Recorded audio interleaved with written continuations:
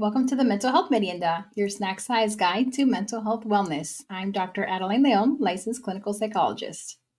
And I'm Michelle Young, licensed clinical social worker. So for today's episode, we're going to do something different. We're just going to be casual. We're actually going to be trying each other's food. So Adeline's going to be trying Filipino food. I'm going to be trying Cuban food. And then we're going to talk about merienda on our Mental Health Merienda channel. So we've been getting a few new subscribers, and thank you for everyone who's been subscribing to our channel and liking our videos. We're really happy to see that people are gaining something from our content, and so we kind of wanted to introduce ourselves and our channel. And we thought that a fun way to do that would be to kind of, like Michelle said, try foods from each other's cultures. This is kind of modeled a bit after what's called Mukbang, which it's a Korean thing on social media where people are eating food. So that I we're love like, it. yes, I love it. yep, we're eating food. Good, okay. Yeah. So Adeline and I met, in grad school when we were in our early 20s. Yeah, so that I was actually trying to think the other day how long that's been. It was in 2006, so almost 20 years. Yeah, 18 years. Wow. Yeah, Yeah. we're an adult. Our friendship is an adult. We're a whole adult. Our friendship can vote. Oh my God. Yeah. So that's how long we've known each other. We've known each other, almost 20 years. We met in our earlier 20s. We met when we were living in Chicago. And actually, a funny thing is we met on Craigslist, which I think Craigslist to tell the real story. Oh, okay. Yeah. Because our friends who are watching this are going to call us out. Yeah, that is the real story. Yeah. And the reason we met, and actually it was a great, how it ended and all, but I was looking for a roommate at the time when I was in Chicago. And so, and people did this on Craigslist. I don't know if people did this now on For anyone who Craigslist. doesn't know what Craigslist is, it's like online ads, like online. Yeah, it's like online ads. Yeah, you find anything on Craigslist. Yeah. Like if you need to, find furniture, if you need to, sell something. Yeah. I don't know. That's Get a Craigslist. roommate, find an apartment. Yeah, it's like Yeah. And so I was looking for a roommate. You were looking for a roommate. So then we found each other through, because we both needed a roommate. We didn't end up living together, but then we met each other. We hung out, I think, that day or the day that we decided to meet up, right? No, okay. Am I remembering I might have a better memory of this than you do. Okay. So I had an apartment it was a 3-bedroom apartment, and I had a a platonic male roommate, and we were looking for someone to replace our third roommate who was moving away. And so Michelle responded to my ad we have an apartment, we need a roommate. I responded. So, okay. Yeah, you responded and you came to look at we got along really well. We had a lot of things in common. I think with Michelle being from Los Angeles and me being from Miami, both being from my coastal cities and being in Chicago, where Chicago tends to be. It's funny because it's a big city, but it's a lot of people from the Midwest. And so when you're from the coastal, you don't. I don't want to say you don't fit in, but you're a little different from people. So that's something that I think really connected on. And I got good vibes from you. So. We exchanged numbers about the roommate thing, but then you ended up not being able to do it because you were dating someone. You had a boyfriend at the time who wasn't comfortable with you living with a guy. Yeah, and he's not my current husband. No, he's not. That didn't end. That didn't work out. We exchanged numbers because of that. I remember I left for the whole summer because I didn't spend my summers in Chicago at that time. I went to Miami to spend it with my family. And I remember telling my roommate, the guy that you didn't end up living with, that, oh, I thought she was really nice. We got along really well. And he is like, oh, you should call her. And part of that, which I don't know if I ever told you, he's like, she's hot. You should call her. Oh my God. So maybe it's good that you didn't live with us. Okay. Maybe, my ex-boyfriend had correct reservations. Yeah. And I was like, okay, well, I don't know. It might seem kind of weird. I haven't talked to her or seen her in 3 months. I don't know. It seemed really desperate. Oh my God, 3 months go by? It was 3 months. Yeah. Oh, yeah. Okay. Mm-hmm. And then we met up for lunch I do not remember the name of this place, but it was a place right by the Red Line, the Belmont Red Line. If you told me the name, I would recognize it, but I don't remember it. It didn't stand out in my mind.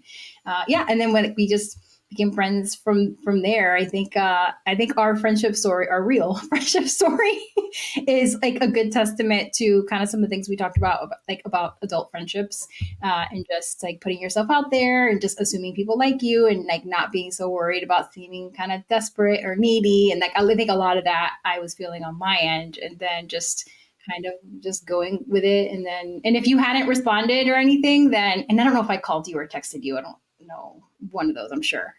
Maybe I even emailed you because people used to email a lot at that time. So I think it was an email, maybe. I might have emailed you. But then we ended up being classmates at University of Chicago. So that part is true. We were classmates. And when we met too, it's like, oh, we're studying the same thing. Like it was a lot of, we had a lot of common interests and common things The about same us. age too, which is like a really funny coincidence to be like exactly the same age. And then when I was in Chicago, I was also, trying to make friends. So I was in the same mindset as you. I had moved there. I was in grad school, but I also just wanted to expand my social circle. So yeah, so meeting you, helped with that. Yeah. So it's been a while now, and with starting Mental Health Merienda. I think you and I were talking about just exploring different like side hustles to be to be quite honest, right? And then just kind of talking about, oh, whenever I do look up information on social media or on YouTube about mental health, it's not usually a space where I see a lot of people of color. I mean, there are some, but not as many. And so we started talking about it, and it's like, oh, like, you and I are both in this mental health field.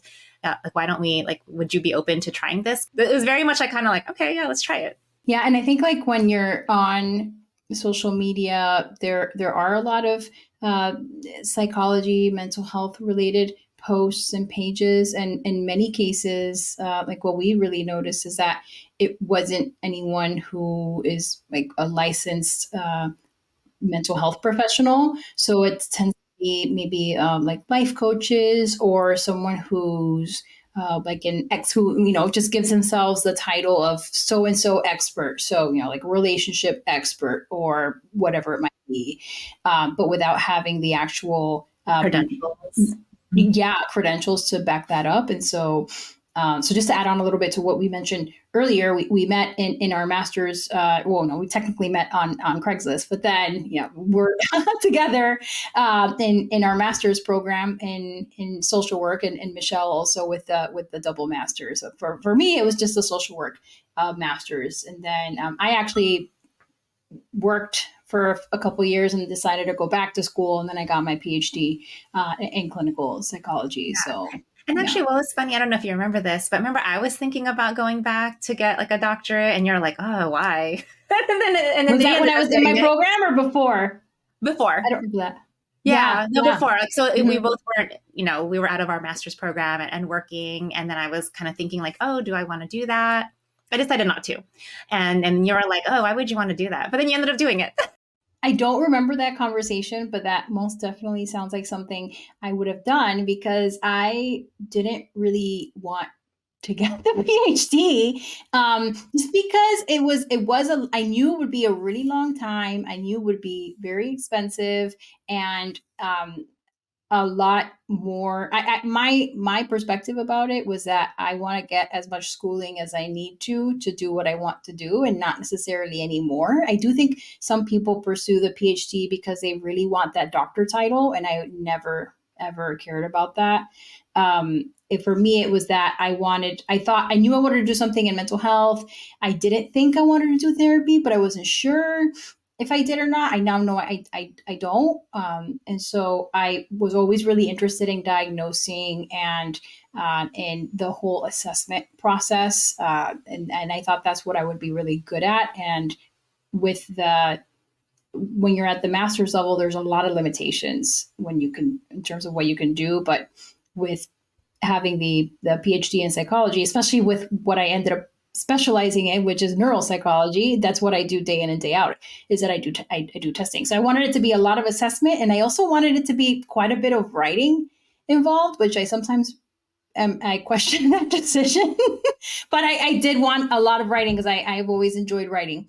And so, so I'm really happy with my decision now in retrospect, but I don't think it's something that people should go into lightheartedly. I think they should really think about it, and they should go into it if it's really something that they need in order to achieve their career goals. That was my perspective on it. Yeah. So for me, I thought about pursuing that doctorate, but then at that time in my life, so I was like in my later 20s, I had met the person who is now my husband, and we were getting serious, and we wanted to have a family, and so I couldn't, like, the timing just, I think, wasn't, I couldn't figure out the timing of, like, okay, do I want to have kids and then also get a doctorate? That seems like a lot. And then also too, to be quite honest, was the financial. So after the master's degree, after finishing my bachelor's degree, I had already accumulated quite a bit of student loans, and the amount already just like freaked me out. So I didn't want to accumulate more or spend so much time not working. So that was also something that kind of went into my decision of kind of just stopping where I'm at and then just pursuing, different things in my career. So one of the good things about having an LCSW or a master's in social work is that you can actually do a lot with it. So I think in my career, maybe we can talk about that another day, but I've kind of been able to pursue a lot of different things in my career. So leading us up to where we're at now with Mental Health Merienda. So like we said earlier, the idea that we had to start this channel, we wanted to provide kind of very reputable, research-based mental health information, provide it in a way that's very digestible, that is approachable.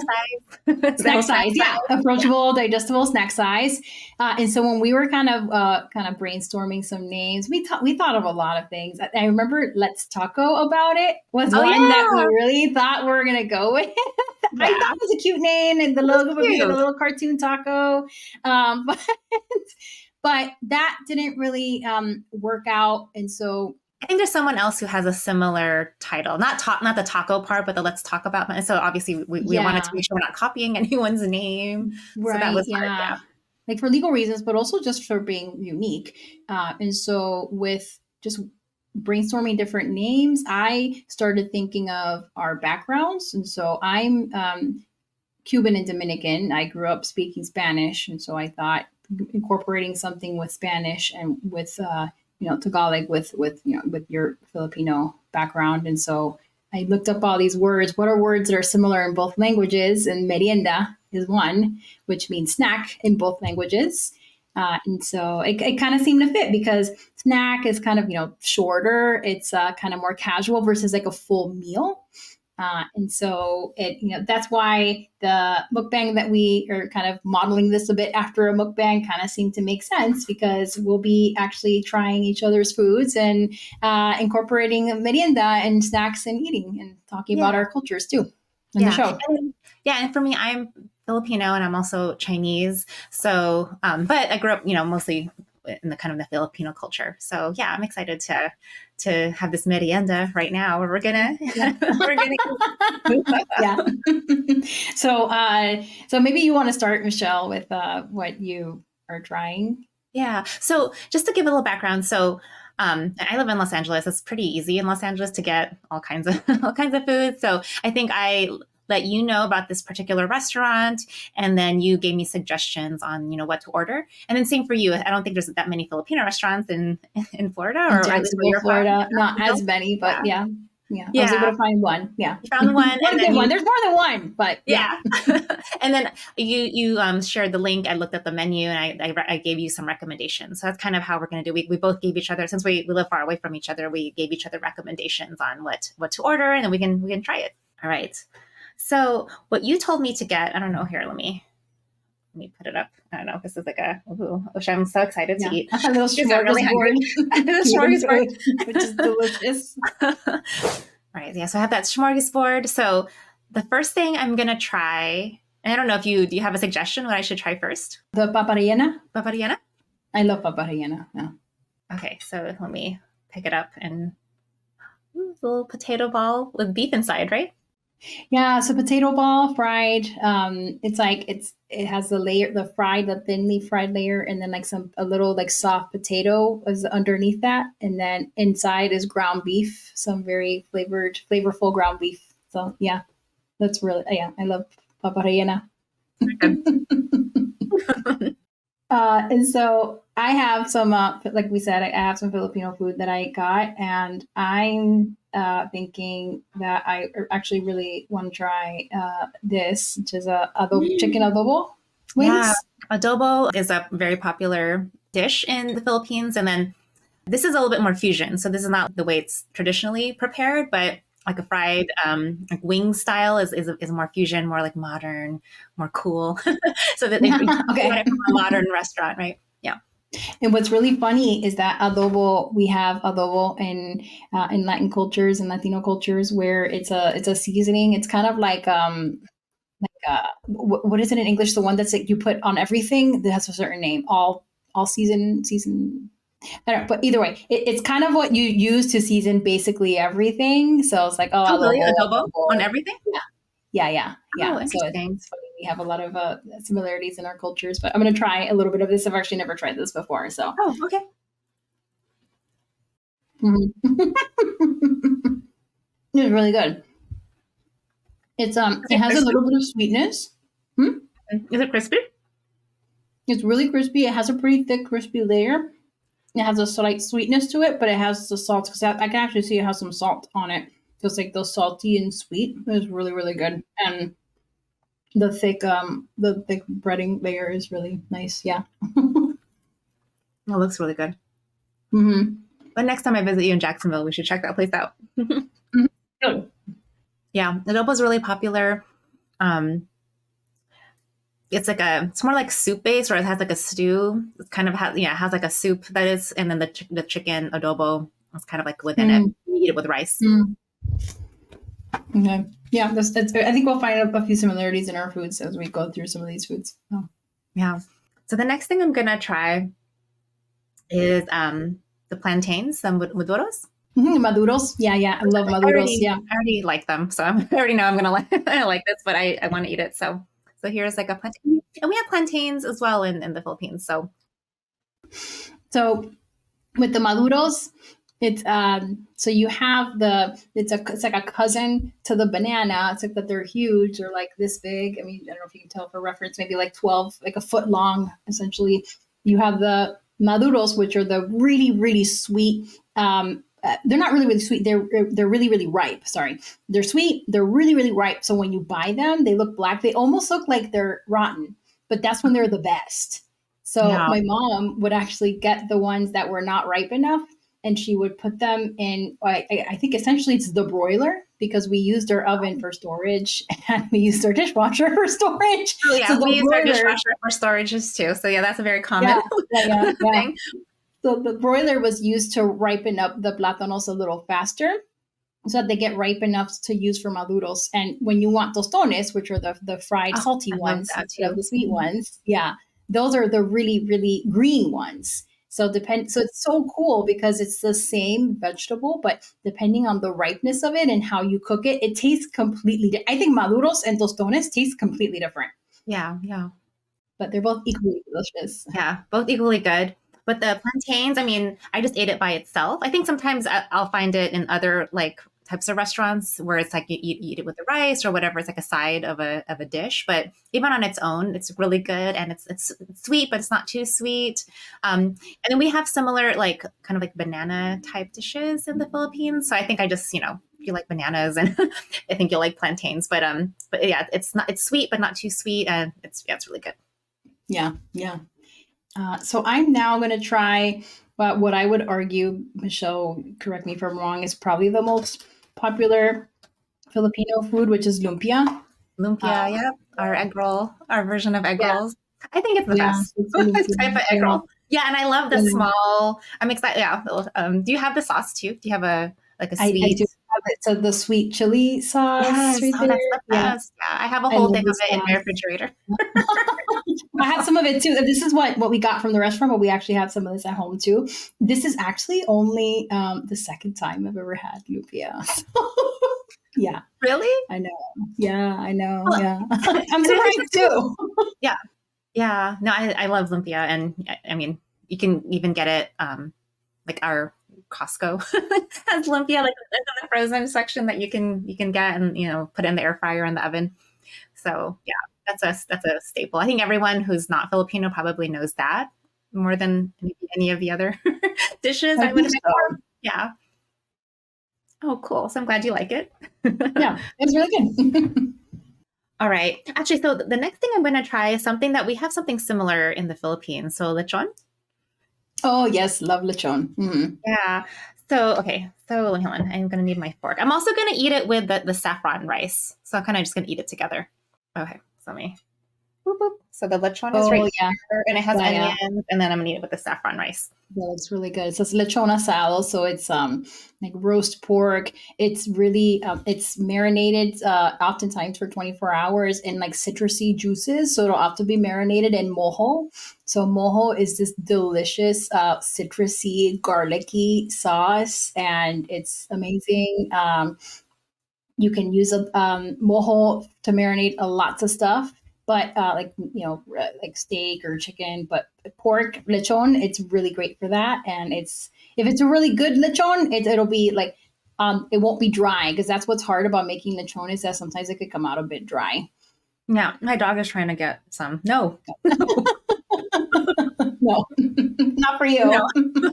It is really We good. would often have lechon for Noche Buena for what's our Christmas. So the fourth, yeah, I was gonna say Fourth of July for the 24th, Christmas Eve, and then for some Cubans you'll even make it. And I had a couple of Noche Buenas that we had it like this. That we made it in a cajachina, which is like a basically it translates it literally translates to Chinese box. I don't know why. I don't know where the Chinese part came from or China. I don't know, but it's a box, and you use it to kind of like cook the pork, and it's delicious.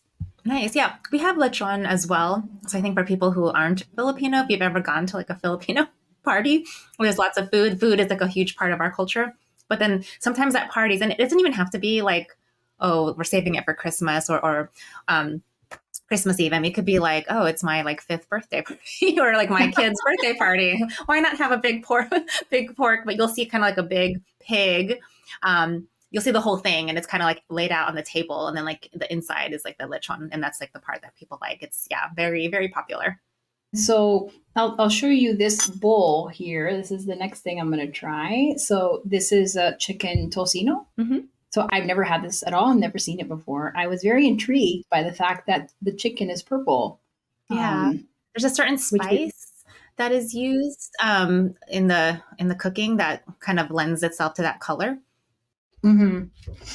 So even though the color intrigued me a bit, I'm for background. I'm a very picky eater. Yes, Well, you are. So yeah, that's why it's very nice that yeah. you're trying to So try it's a something big different. thing for me. Yeah. So I saw the purple chicken, and I wasn't sure what to think, but it You're like, what am I getting into? mhm. Well, I wasn't sure if it was related to like ube somehow, and I'm like, is it like ube No, no, something? yeah. Which I unfortunately don't have ube. But it tastes really good. I mean, it's like there's no very distinct flavor that stands out to me. Yeah, and It's it's not not sweet. It's savory. spicy, right? It's not Mhm, not spicy. spicy. Mhm. Yeah, Not sweet. No, it's like a good like light flavor. yeah. And then with these which I love Brussels sprouts. Oh yeah, totally. For me, so tocino, when I've eaten like a pork tocino or chicken tocino, the way I like to eat it is in like our breakfast. So there's some they're called silogs. So you would eat like for example chicken tocino or pork tocino along with like a fried egg and then rice, and it's not just plain white rice. It's like garlic rice, so it's really flavorful. So you kind of eat all that, and then you break the egg, and then you have the yolk, and you have all that like all mixed together. That's how I like to eat tocino, and some other like other meats and stuff. It's like a nice breakfast. I'm just gonna keep eating this while you're talking. Oh yeah, go ahead. I didn't want to stop eating. Mhm. Yeah, does it taste good with the Brussels sprouts? The Brussels sprouts, that's the fusion, more like a modern touch to it. Okay, okay. Yeah. I wasn't sure. The Brussels sprouts look really, really. They're not. I mean, there's a big difference between good Brussels sprouts and just okay. These are really, really good. Is it just plain, or do they have something else on it? I taste something garlicky, but there's nothing that I could really see on them. But they're just cooked really, really well. Yeah, I think garlic is just also a staple for both of us, right? Like I think even just you and I, when we cook, we tend to put garlic almost like in everything, in everything. When my husband and I, well, my husband is white, but He's adopted many of my Latina cooking habits, and one of them is that when a recipe calls for 1 clove of garlic, we'll just put 4. So Oh, me too. 4. I'm like, that's not enough. Let me double that, triple it.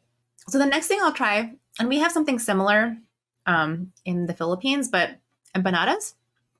So I got a beef empanada. So here, has a bee on it for Oh, it looks nice. Is it fried? yeah, it looks like it's fried. Just a Yeah. little like let me tap on it, a little ASMR. So actually, like I love empanadas, like Argentinian empanadas. I know you and I went to Argentina together a long time ago. So we have empanadas in the Philippines as well, but my gripe with some of the empanadas is like if my mom and dad will order empanadas, chicken empanadas, but I don't know if it's just this restaurant or if this is common, but sometimes there'll be raisins in it, and I just really don't like raisins and anything Oh, savory. Like I'm just like sorry if yeah. anyone likes it. I don't want to offend people's taste, but Um, I don't like to find raisins in my empanadas. So that's my only thing. But I'll go ahead and take a bite out of this one. and I'll just talk a little bit about that while you're eating that. So it's funny you mentioned that. That's a big kind of a debate even amongst Cubans. I want to say there are regional differences based on what parts of Cuba people are from. Where in some parts of Cuba, because what's inside the beef empanada is picadillo, so it's ground beef with like onions and peppers and tomatoes. And sometimes people have raisins in it. Oh Sometimes my God, people no. don't, and they feel very strongly about it. I am strongly in the raisin camp. Yeah, I love the How are we raisins in it. friends? How are we I don't friends? know. But yeah, I'm strongly in the raisin camp. I like the sweet and savory together. But yeah, I can see why people are not crazy about that. Yeah, I always just get upset when I take a bite and I'm like, oh, there's a raisin, and I'll just like pick it out. And usually I'm not very picky, so I know you're the picky one, and among the two of us, I'm not. But then there's just certain things like raisins in my savory dish. I don't like that personally. But I'm glad that there's no raisins in here. I was like looking, I was like, oh no. Yeah, But you no, never know. Yeah, my thing is olives. I'm not crazy about olives, and so I'll eat them, but I'm not crazy about them. So if some empanadas have a lot of olives, I'll still eat it. I just won't enjoy it as much. I like this. I think there's olives in this one though, so maybe you wouldn't like love it I as would much. probably still eat it though. Yeah. And so the last dish I have is this here, which is pork Sisig? sisig. Yeah. So pork sisig. So pork, obviously, rice, and then it looks like kind of like a jicama slaw kind of, or papaya kind of vegetable slaw. Um, and yeah, so I've never tried this either. So that was my first time trying it. The original dish came with a fried egg. I just took a little bit from it Oh, because without you the don't like fried egg. yolk, right? No, no, Yeah. no. I only do scrambled. So yeah. Yeah, I would totally eat it with like the runny egg, the runny yolk. Yeah. Mhm. Is there a little bit of a crunch I'm hearing in the sisig? Is it look okay? Good. That's okay. Good. I'm glad that it's not just like soggy or something like that. Yeah. Is there There's like a supposed little to bit be of like kind a of a crunch? skin. Yeah, the skin is supposed to be crispy, so you have like the crunch plus like the soft part of the pork. It's funny you mentioned the crunchy part because that crunchy part reminds me a little bit of like chicharrones, so the pork rinds that we eat, which is a skin and you kind of fry. I mean, that's not what this is, but the crispiness of the skin reminds me of the chicharrones. But actually, this is really good. Yeah, I would eat this. Yeah. I like sisig as well. And yeah, I like that the crisp of like the skin plus like the part of the pork. Again, I think it's very rich and I try, and it's not something I eat like every day, but when I do like have it, it's like it's a nice treat. Mm-hmm. Yeah. And I think what's nice about Filipino food, or what I tend to like, is I think you can easily modernize the food, right? Like the sisig, like I know you went to a more like modern fusion type restaurant, but you can take like the pork sisig, for example, you can put it on tacos. That would make a really nice taco. There's like a lot of like with adobo. Like I actually, my mom makes really good adobo, but sometimes what I'll do is I'll put it on like tortillas and I'll make like adobo tacos for myself. Mm, So yeah. I tend to like tacofy everything. Just Mm-hmm. it's easier to, I don't know, it's easier to eat too. So You can put anything in a taco, and you can put anything in an empanada too. sure, yeah, that's true. And yeah, this empanada is really good. I'm gonna keep eating it. Mhm. So that's all we have for today's episode. A bit more casual vibe, where you got to watch us eat, talk about foods from our cultures, talk about our channel and what it's about. And so we hope you enjoyed it. Just kind of learning a little bit about our channel, learning a little bit about us, and just kind of our thoughts about how like we decided to start this channel and what our goals are for what we hope to see. So we would love to hear from you in the comments, especially if there are any topics that you'd really like us to cover. I I know I would love to hear about that. Michelle, I'm sure you would too. And so, yeah, that would be great to hear about any topics that we've talked about that you really enjoyed, especially enjoyed, that you'd love to hear more about. We've definitely talked about doing some part twos and threes and fours, or even doing series. And so, definitely let us know about that, or any topics that we haven't covered that you would like to hear from us. Definitely let us know in the comments. So, again, I'm Dr. Adeline Leon, licensed clinical psychologist. And I'm Michelle Young, licensed clinical social worker. Thanks for joining us and for learning a little bit more about us. All right. Bye. See you next time. Bye. Bye.